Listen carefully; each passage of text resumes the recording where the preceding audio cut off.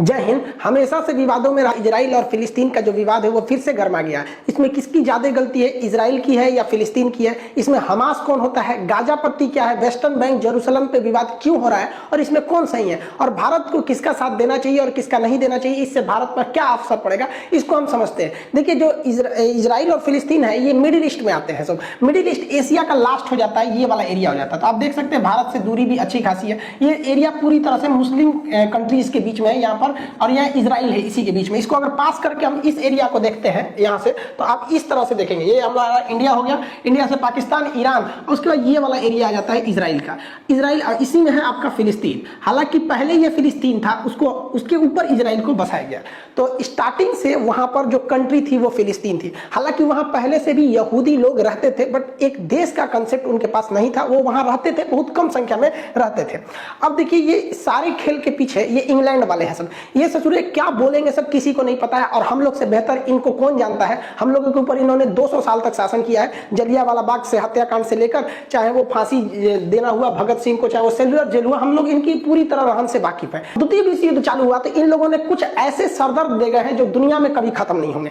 Middle east में क्या किया इन लोग ने, जहां पहले फिलिस्तीन था, फिलिस्तीन को बांट दिया, कहा कि भैया इजराइल भी रहेगा और फिलिस्तीन भी रहेगा।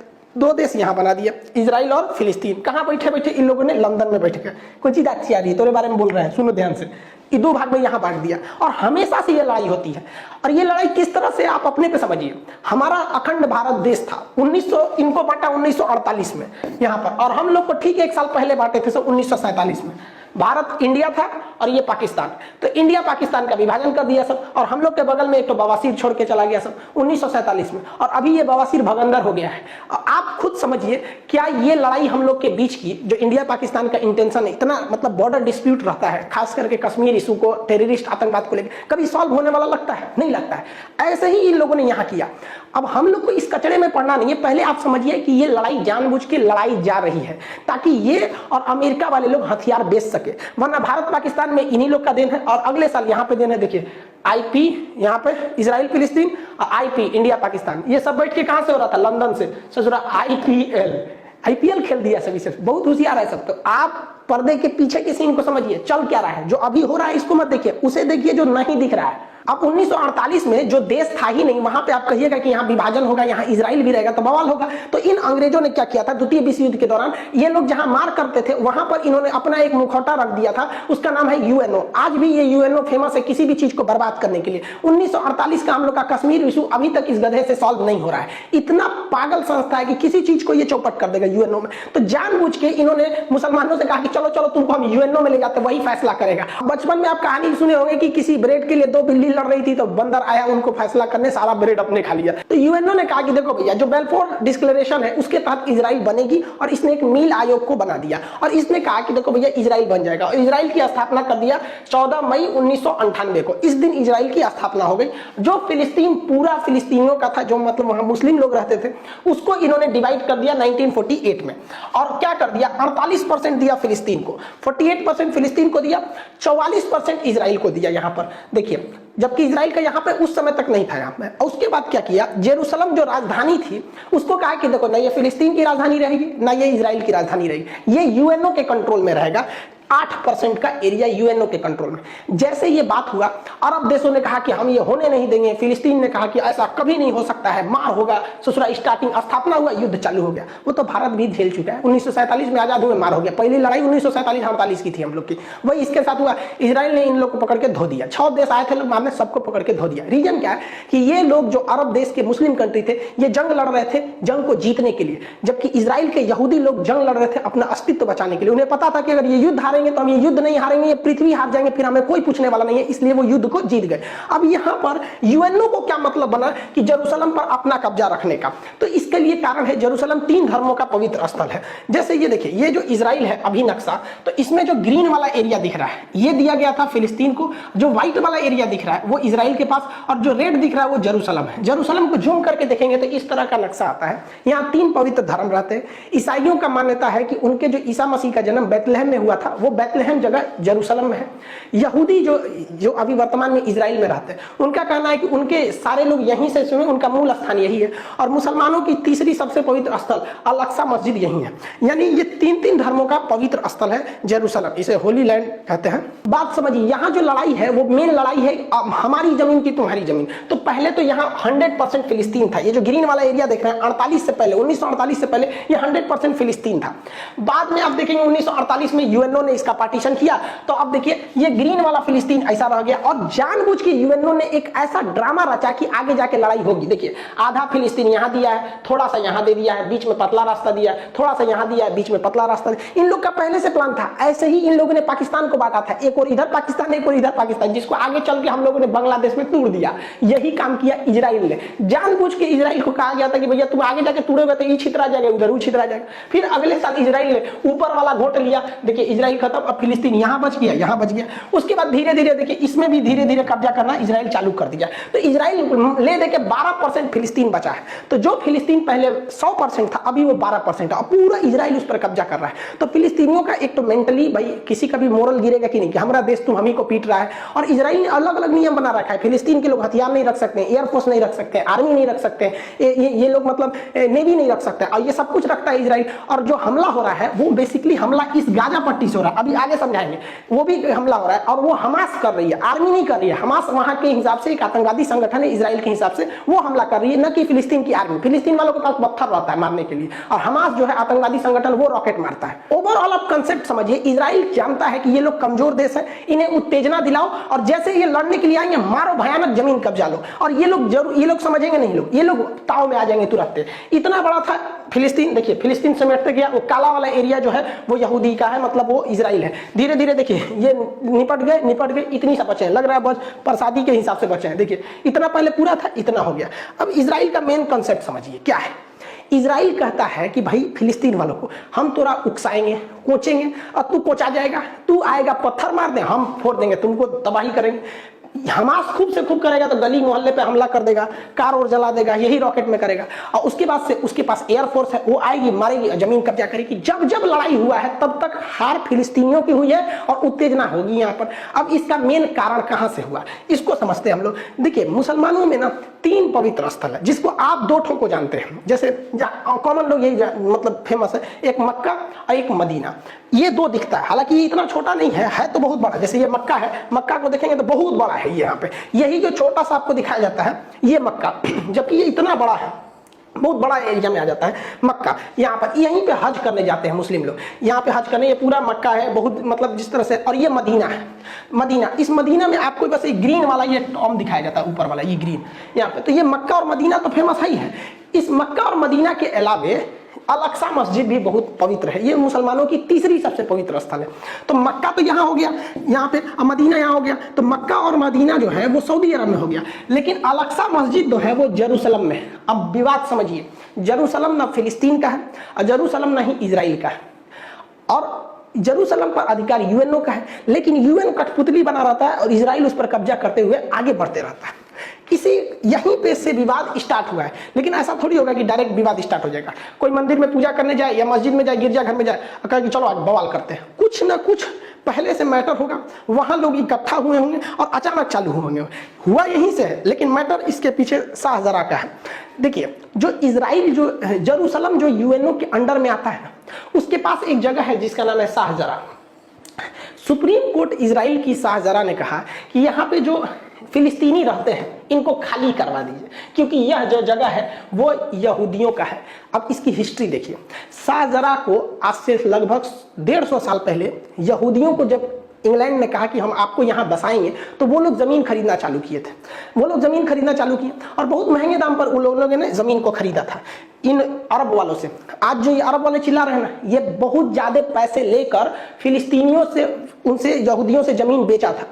और वो जमीन बेचते ये लोग खरीदे थे इस जमीन को, इनके पास प्रॉपर पेपर है और इन लोगों ने ही बेचा था।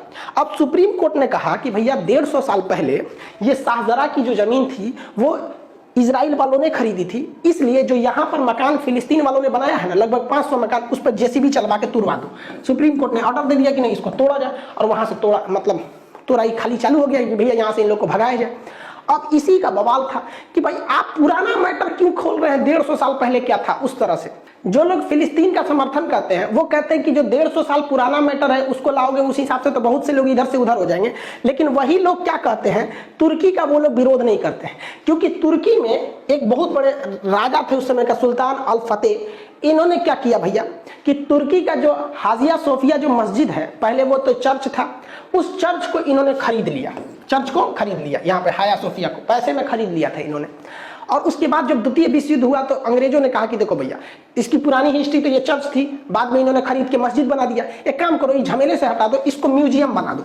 तो द्वितीय विश्व युद्ध के बाद उसको म्यूजियम बना दिया गया। लेकिन भाई साहब ये तैयबुल अर्दोगान आए कहे कि ना म्यूजियम कैसे, 400 साल पहले हम लोगों ने खरीदा था इसलिए यहाँ मस्जिद होनी चाहिए। भाई साहब यहाँ पे लोगों ने तर्क दिया कि भाई हम खरीदे थे तो हमारा अधिकार है। तो भाई साहब यहाँ भी जरा ध्यान दीजिए, यहाँ भी वही वाला कंसेप्ट लगा है। आप 400 साल पहले चर्च को खरीदे थे और आप कहते हैं कि फिर से ये चर्च नहीं मस्जिद होना चाहिए क्योंकि हमने खरीद लिया है। तो इजराइल भी यही कर रहा है कि भैया 100 साल पहले हम लोगों ने इसको हायर रेट पे देके तुम अरब वालों से ही खरीदा था, इन्हीं लोगों से खरीदा था, ये लोग बेच बेच के पैसा में कमा लिए थे, तो कहता है कि वापस दो यहाँ पे। तो ये कंफ्लिक्ट का मेन मैटर था शाहजरा। शाहजरा से ही थोड़ी सी दूरी पर है अल अक्सा मस्जिद। फ्राइडे की नमाज पढ़ने रमजान में लोग जब वहां इकट्ठा हुए थे तो वहां पर इन लोग को पता था इजरायली खुफिया एजेंसी को कि शाहजरा को जब खाली कराया जा रहा है तो वहां पे कुछ विवाद होगा। तो इन लोगों ने सिक्योरिटी को वहां पे अपने सिक्योरिटी गार्ड्स को लगा दिए थे और इनमें तू मैं हूँ बगझग हुआ। अब यहाँ से भी पत्थर चले उधर से भी चला और इसमें भीषण रूप ले लिया यहाँ पर। और सिक्योरिटी वाले लोग ऐसे ही मस्जिद के अंदर घुस गए जिसका पूरी दुनिया में विरोध होने लगा। अब वहां पर कुछ लोग जो थे वो पत्थर था, ये सबके पास पत्थरे रहता है, दूसरा तो कुछ रहता नहीं। आई लोग भाई पूरा बुलेट प्रूफ बन के तैयार से गया था, ये मार दिया ग्रेनेड बम विस्फोट धड़ाम धड़ाम उड़ गया। आप लोगों ने वीडियोस वगैरह तो बहुत देखे होंगे। अब यहाँ पर बहुत दहशत फैल गया यहाँ पर इस एरिया में। अब कभी भी इजराइल ही भारी पड़ेगा। जिन आप कितना चिल्ला लीजिएगा, इन सेना के आगे आम आदमी नहीं टिकेगा। और इस घटना के बाद जो यहाँ पर घटना हुई, बेंजामिन नेतन्याहू पूरी तरह घिर गए। अब यहाँ इजराइल डबल संकट से जूझ रहा है। देखिए इजराइल पर इंटरनेशनल दबाव इतना ज्यादा आने लगा, यूएनओ ने दबाव बनाया कि वो भैया वो एरिया मेरे अंडर में आता है, तुम कहे वहां घुस गया है। भारत ने भी इवन की न्यूट्रल रहते हुए कहा कि इजराइल को यथास्थिति बना के रखनी चाहिए। अब पूरी तरह से इंटरनेशनल बवाल वहां हो गया। और इस घटना के बाद इजराइल में भी लगभग 14% आबादी मुस्लिम की है। इजराइल की आबादी मुश्किल से 1 करोड़ है, 1 करोड़ से भी कम है यहाँ पे, जिसमें आपका 16 से 17 लाख, 1 करोड़ में 16 से 17 लाख उसमें मुस्लिम भी रहते हैं। अब वो लोग भी विरोध करने लगे हैं क्योंकि ये मैटर राजनीतिक ना होकर धार्मिक स्थान को लेकर था, इसलिए विरोध होने लगा वहां पे। अब इजराइल अंदर में भी समस्या को झेल रहा है कि वहां भी बड़े बड़े पैमाने पे विरोध, मार काट दंगे हो गए अंदर, वहां पे भी तो अंदर भी झेल रहा है और बाहर भी झेल रहा है। दूसरा कि अभी इजराइल में फुल टू सरकार नहीं है। बेंजामिन नेतन्याहू भी अभी वहां चुनाव के मतलब रोके गए हैं, ये फुल टू नहीं है वहां पर चुनाव को लेकर, क्योंकि कोरोना वगैरह को लेकर काफी राजनीतिक संकट थी। अब भारत इसमें क्या कर सकता है, पूरी दुनिया मतलब इसका विरोध कर रही है। अब इसमें एंट्री होती है हमास की। इजराइल का एक पुराना धर्रा रखा है, बस हम हर बात में उलझाते रहो, थोड़ी थोड़ी जमीन कब्जाते रहो, ऐसे ऐसे कब्जाते रहो। 1948 में लड़ाई हुआ, जगह कब्जा कर लिया। 56 में लड़ाई हुआ, फिर कब्जा कर लिया। 67 में लड़ाई हुआ और कब्जा कर लिया। 73 में हुआ और कब्जा किया। 82 में हुआ और कब्जा कर लिया। अभी तक इन लोग को समझ में नहीं आ रहा है कि नहीं हट पाएंगे उनसे। आराम से जब नहीं हट पाओ किसी से तो नरम दल का रास्ता अपना दो, लेकिन ना अभी भी लोग मारे करेंगे लोग। अभी जो वर्तमान सिचुएशन है, फिलिस्तीन के लोग कहते हैं कि सुनो ना, हमको जो 48 वाला बतिया था ना, ये वाला 44% जो था वही हमको दिला दो, 48% दिला दो, नहीं चाहिए हमको, वापस दिला दो। इजराइल कहता है हाँ हाँ वापस दिला दो। भाई सब तो मार काट काहे किया था, माने तुम मारने आया था इसलिए कि हमको पूरी तरह से उजाड़ दो, पूरा देश का देश आया था। और जब हार गए तो यहाँ बोलते हो कि वापस यूएनओ वाला ही दिला दो। अब ये पॉसिबल नहीं है। अब यहाँ 2 पार्ट बन गया है। जो फिलिस्तीन है उसके 2 राज्य हो गए हैं, फिलिस्तीन देश के 2 राज्य। एक ये जो इधर थोड़ा सा बचा हुआ है इसे कहते हैं वेस्टर्न बैंक, और जो इधर बचा हुआ है इसे गाजा पट्टी या गाजा स्ट्रिप कहते हैं। इन्हीं दोनों को मिला के फिलिस्तीन बना है।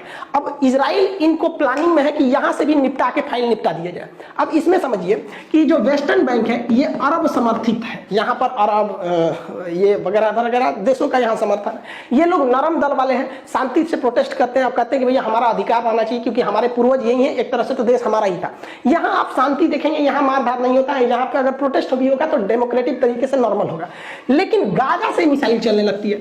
इवन जो शाहजरा वाला एरिया है वो यहाँ है, जेरूसलम वाला एरिया यहाँ है, लेकिन जो रॉकेट दागे जा रहे हैं वो गाजा से दागे जा रहे हैं, यहाँ से दागे जा रहे हैं। अब ये गाजा में ऐसा क्या है, तो गाजा में ईरान का समर्थन है और इसमें अरब का समर्थन है। गाजा में एक हमास नामक संगठन है, ये हमास ये कहता है कि इजराइल जो है वो हमेशा जुल्म करता है, बम मारता है। तो इसका मतलब ये नहीं कि तुम कब्जा करते जाओगे, हम चुपचाप रहेंगे, हम भी मारेंगे तुमको। अब ये लोग क्या करते हैं, रॉकेट से हमला करते हैं। इनके पास बहुत तगड़ा रॉकेट नहीं होता है, 3 लाख का आता है एक कासम रॉकेट। ये बहुत हैवी पावर का नहीं होता, देखने में नहीं लग रहा है, ये क्या करेगा, इतना खेत में लगा के मार देते हैं। लेकिन हाँ, ये एक पब्लिक के लिए बहुत खतरा है, किसी देश के लिए नहीं, बट पब्लिक वाले एरिया में गिर जाएगा तो तबाही मचा देता है। ये कासम रॉकेट जो है ये लगातार मारते हैं सब, और ये एक दूगो नहीं मारता है, एक के बार मारेगा 200, 400, 500, अब तक के लोग सोचा 1500 मार चुका है लोग रॉकेट एक हफ्ता में धड़ाधड़। इसको ट्रांसपोर्ट करने में कुछ जाता नहीं, लगाओ पलिता मार दो यहाँ से। इनमें कोई टारगेट फिक्स नहीं रहता, गिरे जहां गिरे मन गिरो वहां पर। अब इनका इन लोगों ने बड़ा रेंज भी बना लिया है कासम रॉकेट का। पहले इजराइल का थोड़ा सा एरिया आता था, अभी धीरे धीरे इन लोगों ने पूरे एरिया को कब्जा कर लिया, इस कासिम रॉकेट के अंदर में आ गया। तेल अवीव तक हमला कर दिया है वहां से। इस बार हमास ने इजराइल को ज्यादा क्षति पहुंचाया पिछली बार के तुलना में। अब आप कहेंगे कि गाजा के पास ये रॉकेट आ कैसे जाता है, क्योंकि गाजा का जो एरिया है, अगर आप ध्यान से देखेंगे तो ये गाजा का एरिया आप इधर देखेंगे तो इधर से इजराइल से घिरा हुआ है, इधर से समुद्र से घिरा हुआ है। तो समुद्र में इजराइल की नौसेना रहती है, इधर थल सेना रहती है, ऊपर वायुसेना रहती है। आ कैसे गया, तो ये एरिया थोड़ा सा मिस्र का एरिया लगता है, यहाँ मिस्र का। तो मिस्र के रास्ते ये पहुंच जाते हैं, जिसमें हमारे ओबामा साहब ने बड़ा भारी रोल निभाया था मिस्र तक पहुंचने में। देखिए ये मिस्र देश है, मिस्र का ये सिनाई प्रायद्वीप है, ये गाजा से सटता है।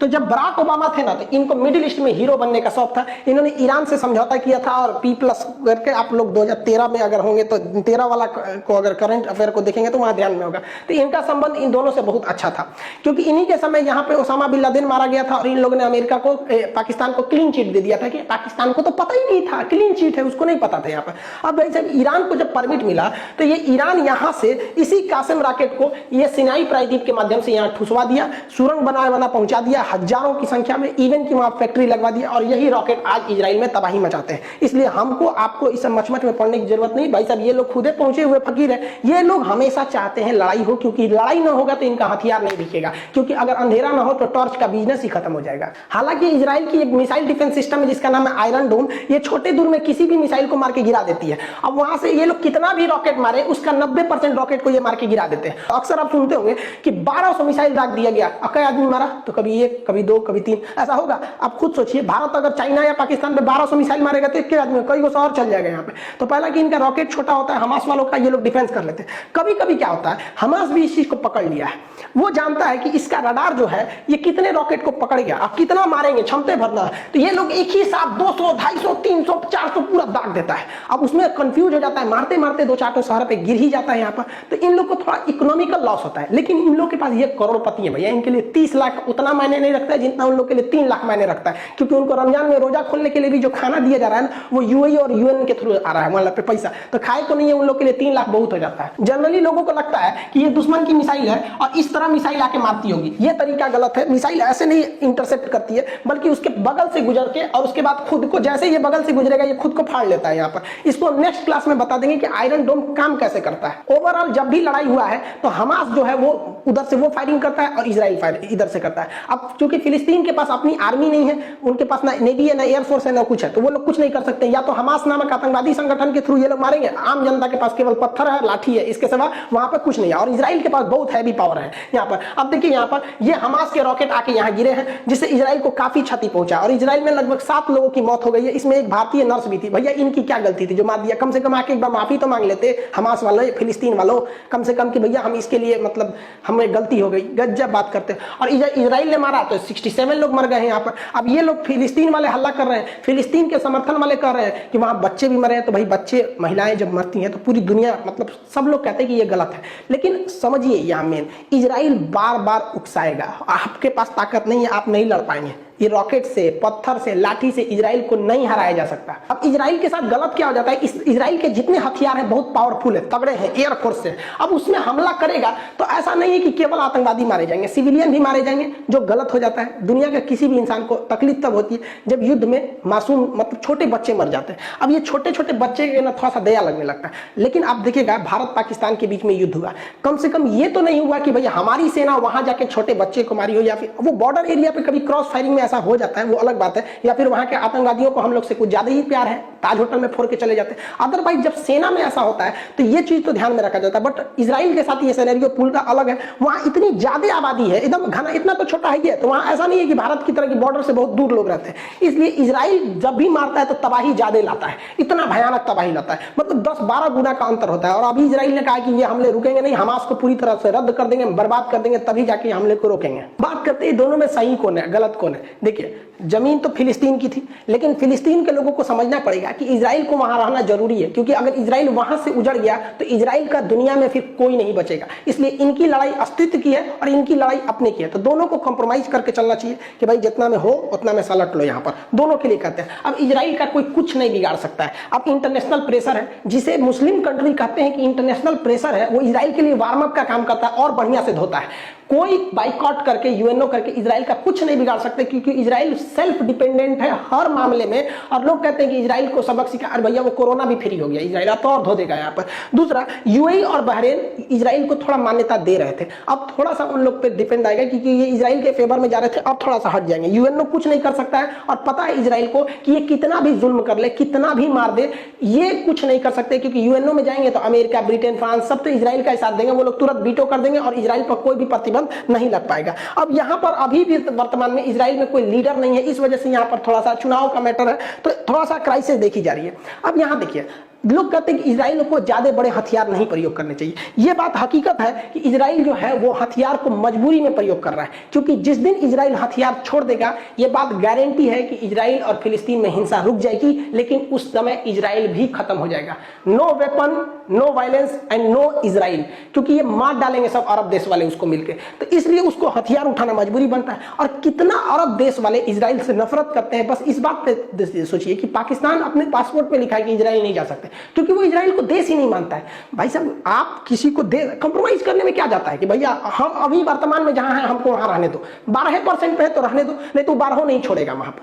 तो इजराइल का कोई कुछ नहीं बिगाड़ सकता है यहाँ पर। अब रही बात फिलिस्तीन की, तो इनके पास हथियार के नाम पे क्या है? पत्थर है, लाठी है, इसके सिवा तो इनके पास ऑफिशियली कुछ नहीं है। जो है वो हमास नामक आतंकवादी संगठन को है, जो खुल के कोई हथियार भी नहीं खरीद सकता है, छुपके से ओबामा साहब की मदद से वो इजराइल तक पहुंचाया जा रहा है। तो भैया जो अमेरिका कहता है कि इजराइल के साथ है, वही से जुड़ा रास्ता दे रहा है हमास को हथियार ले जाने का, तो हम लोग काहे लिए मच मच में पड़ने वाले हैं। दूसरा, इजराइल हमेशा उत्तेजित करता है, यासर अराफात थे, इनको तो फिर पोलोनियम देके मरवाइए दिया वहां पे फिलिस्तीन, ये हमेशा उत्तेजित करेगा और ये उत्तेजना में मारे जाएंगे, और अब तक मारे जा रहे हैं, इनका कोई नहीं है। ये बात हकीकत है कि वर्तमान में जो इजराइल है वो फिलिस्तीनियों पे जुल्म कर रहा है, जो बात है, क्योंकि मार भाई हथियार उसके पास है। लेकिन दुनिया में अगर सबसे ज्यादा कहीं जुल्म हुआ है तो वो यहूदियों पर हुआ है। सेकेंड वर्ल्ड वॉर में उन्हें कमरा में बंद करके, लॉक करके, अंदर जहरीली गैस डाल दी जाती, जानवर से बुरा वक्त सलूक हुआ था। लेकिन इन लोगों ने, यहूदियों ने वक्त की नजाकत को समझा, पढ़ाई पर, टेक्नोलॉजी पर ध्यान दिया, और आज ऐसी हकीकत हो गई है कि भारत जैसे देश को इजराइल से लड़ने से पहले सोचना पड़ेगा, क्योंकि हमारे ड्रोन, हथियार, बंदूक सब इजराइल से आ रहे हैं, सब टेक्नोलॉजी वहां पे इतना छोटा है लेकिन इतना डेवलप है। तो इन लोगों पे भी सोचना चाहिए, एरिया मायने नहीं रखता है, आप वहीं रहिए, खुशहाल रहिए, पढ़ाई लिखाई पे ध्यान दीजिए, आगे बढ़िए, जब मौका मिलेगा आप आगे बढ़िएगा। ऐसा नहीं कर रहे हैं कि हम आप मौका नहीं मिले तो आप मत करिए। देखिए भारत को भी बात करते हैं, हम लोग को भी अपना पीओके वापस लेके आना है, ये हमको अपना पीओके वापस लेके आना है। और चाइना ने जो 1962 में अक्साई चीन कब्जा किया वो भी हम वापस लेके आएंगे। लेकिन हम हिंदुस्तान वाले, तो नेहरू से लेके हमारे मोदी जी तक में सबने संयम बरता है, और हमें पता है कि जब वक्त आएगा हम बिना कहे थूर के लेके आएंगे। फिलिस्तीन वालों की तरह हम बेवकूफी नहीं करेंगे कि हर 26 जनवरी या 15 अगस्त के दिन जाके हमला कर दे। वो और मजबूत होते जा रहा है इजराइल। हम लोग शांति से बैठे हैं, 2040 तक का इंतजार किया जाए। अभी पाकिस्तान से तो हम लोग निपट सकते हैं, तो 2040 तक की स्थिति आएगी तो हम लोग इकोनॉमिक रूप से सुदृढ़ हो जाएंगे, हम अपना पीओके और अक्साई चीन लेके आएंगे। ऐसा नहीं है कि हम नहीं ले आ सकते। 1857 की क्रांति में हम लोग अंग्रेजों से लड़ने निकले थे, लेकिन हथियार, टेक्नोलॉजी, कम्युनिकेशन न होने की वजह से हमारा 1857 की क्रांति फेल हो गया। आए उसके बाद महात्मा गांधी, इन्हें पता था कि हमें एक लॉन्ग टाइम लीडर चाहिए। लॉन्ग टाइम लीडर के पीछे जनता चलने को तैयार होती है, और गर्म दल करेंगे तो लॉन्ग टाइम लीडर नहीं रह पाएंगे। जैसे हमारे चंद्रशेखर आजाद जी, इनका भी टाइम बहुत बेहतरीन थे, बट टाइम पीरियड बहुत कम था। भगत सिंह, ये भी बहुत बेहतरीन, बट टाइम पीरियड कम रह गया। तो गांधी जी को पता था कि भैया हमको लॉन्ग टाइम तक एक लीडर चाहिए, इसलिए नरम दल वाला अपने। और जब लास्ट मोमेंट आया, यही गांधी जी है ना, करो या मरो बोलने वाले, यही है ना, भारत छोड़ो आंदोलन चलाने वाले, अंग्रेजों भारत छोड़ो। सबसे ज्यादा हिंसा गांधी जी के अगर किसी आंदोलन में हुआ था तो भारत छोड़ो आंदोलन में, और भी पहले दिन गिरफ्तार हो गए। तो वक्त आने पर कोई भी काम करना चाहिए भैया, अभी अपने पे ध्यान दो, हम लोग से कुछ सीखो, हम लोग को भी हमारा पीओके वापस चाहिए।